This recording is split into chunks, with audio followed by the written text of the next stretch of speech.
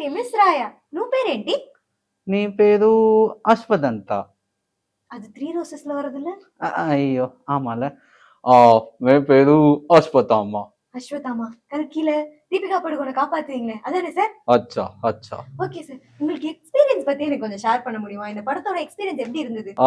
எவ்வளவு பெரிய ஹீல்ஸ் போட்டு அந்த பொண்ணு ஆடியோ லான்ச்க்கு வந்துச்சு. அந்த ஆடியோ லான்ச்ல கூட நான் தான் கையெல்லாம் கொடுத்து அந்த பிள்ளைய கல்கி படத்துல அந்த கேரக்டரா தீபிகா படுகோனை காப்பாத்துறது எந்த அளவுக்கு கஷ்டம்? அச்சா அச்சா. அதாவது பாத்தீங்கன்னா அந்த படத்துல எல்லாத்தையுமே நானே சொல்லிட்டா, படத்திலே போய் பாரு பையா, படத்திலே போய் பாரு. ஓகே, இந்த படத்துல நீங்க என்ன பார்க்க போறீங்கன்றத பத்தின ஒரு அவுட்லைன் தான் இந்த ரிவ்யூ.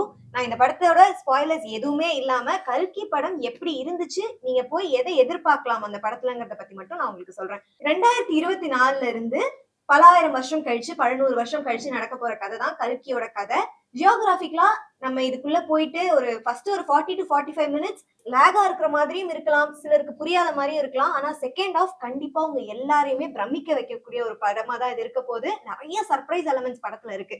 இந்த படத்தோட கதை என்னன்னா, இப்போ நம்ம உலகம் வந்துட்டு தண்ணி இல்லாம, உணவு இல்லாம, மரம் செடி எதுவுமே இல்லாத ஒரு நரகமா உலகம் மாறி இருக்கும். அப்படி நரகமா மாறி இருக்கிற உலகம் என்னவா இருக்கும், எப்படி அங்க இருக்கிற மக்கள் வந்துட்டு தப்பிக்க போறாங்க, அந்த விஷ்ணு அவதாரமா கல்கி அவதாரம் வந்து பிறந்து எப்படி இந்த உலகத்தை காப்பாத்த போறாங்க அப்படின்றதுதான் இந்த கதை. நம்மளோட உலகம் காம்ப்ளெக்ஸ் அப்படின்ற இன்னொரு ஒரு உலகம் இருக்கும். அது ஒரு சொர்க்கம்னு சொல்லலாம். அங்கதான் நம்ம கமலஹாசன் அவர்கள் வந்துட்டு யாஸ்கின் அப்படின்ற ஒரு கடவுளா இருக்காரு. அவரோட கண்ட்ரோல்ல தான் நம்ம உலகம் இருக்கும். இந்த காம்ப்ளெக்ஸ் உலகத்துக்குள்ள பொதுமக்கள் எல்லாருமே வந்துட்டு போகணும்னு ரொம்பவே கஷ்டப்பட்டுட்டு இருப்பாங்க, போராடிட்டு இருப்பாங்க. அப்படி போராடுற ஒருத்தர் தான் பிரபாஸ். பிரபாஸோட கேரக்டர் என்னவா இருக்கும்னா, இந்த உலகத்துல இருந்து காம்ப்ளெக்ஸ் உலகத்துக்குள்ள போகணும், அதுக்கான ஃபுல் முயற்சி எடுத்துட்டு இருப்பாரு. ஒரு அடியாள் மாதிரியான ஒரு கேரக்டரைசேஷனுக்கு தான் பிரபாஸுக்கு கொடுத்திருக்காங்க. இன்னொரு பக்கம் காம்ப்ளெக்ஸ் உலகத்துல இருக்கிற தீபிகா படுகோன் இந்த உலகத்துக்கு வர்றதுக்கு ட்ரை பண்ணிட்டு இருப்பாங்க. இந்த உலகத்துல இருக்க சம்பாலா அப்படின்ற ஒரு மக்கள் இனம் வந்துட்டு தீபிகா படுகோன் யாருன்னே தெரியாம ஒரு பிரெக்னென்ட் லேடி அந்த காம்ப்ளெக்ஸ் உலகத்துல இருக்காங்க. அவங்கள காப்பாத்தி கொண்டு வந்து அவங்களுக்கு பிள்ளை பிறந்துருச்சுன்னா நம்ம உலகத்தோட நிலையே மாறிடும், நம்ம உலகம் முன்ன மாதிரி ஆயிடும் அப்படின்னு சொல்லி நம்பிட்டு இருப்பாங்க. சோ அந்த உலகத்துல இருந்து தீபிகா படுகோன் எப்படி வராங்க, வர்ற தீபிகா படுகோனை இவங்க எல்லாம் சேர்ந்து எப்படி காப்பாத்துறாங்க அப்படின்றதா இந்த கதையா இருக்க போகுது. இதுக்கு நடுவுல பிரபாஸுக்கு வந்துட்டு ஒரு டாஸ்க் ஒண்ணு கொடுப்பாங்க. இன்கேஸ் நீ வந்துட்டு தீபிகா படுகோனை திரும்பவும் காம்ப்ளெக்ஸ் உலகத்துக்குள்ள கொண்டு வந்துட்டேன்னா நீயும் எங்க காம்ப்ளெக்ஸ் உலகத்துல வந்து வாழலாம் அப்படின்ற மாதிரியான ஒரு டாஸ்க் வந்து பிரபாஸ்க்கு கொடுப்பாங்க. சோ பிரபாஸ் வந்துட்டு தீபிகா படுகோனை கொண்டு போய் காம்ப்ளெக்ஸ் உலகத்துல ஒப்படைக்க போறாரா, இல்ல இந்த மக்களோட சேர்ந்து அவங்களுக்கு குழந்தை பிறக்கிறதுக்கு ஹெல்ப் பண்ணி திரும்பவும் இந்த உலகத்தோட நிலையை மாத்த போறாரா அப்படின்றதுதான் இந்த கதையா இருக்க போகுது. மகாபாரதத்தை பயங்கர டெக்னாலஜிக்கலா மிஷின்ஸ், பெரிய பெரிய மிஷினரி கன்ஸ், வில்லம்புக்கு பதிலா மிஷினரி கன்ஸ் எல்லாம் யூஸ் பண்ணி எடுத்துருந்தா எப்படி இருக்கும் அப்படின்றதுதான் இந்த கதை.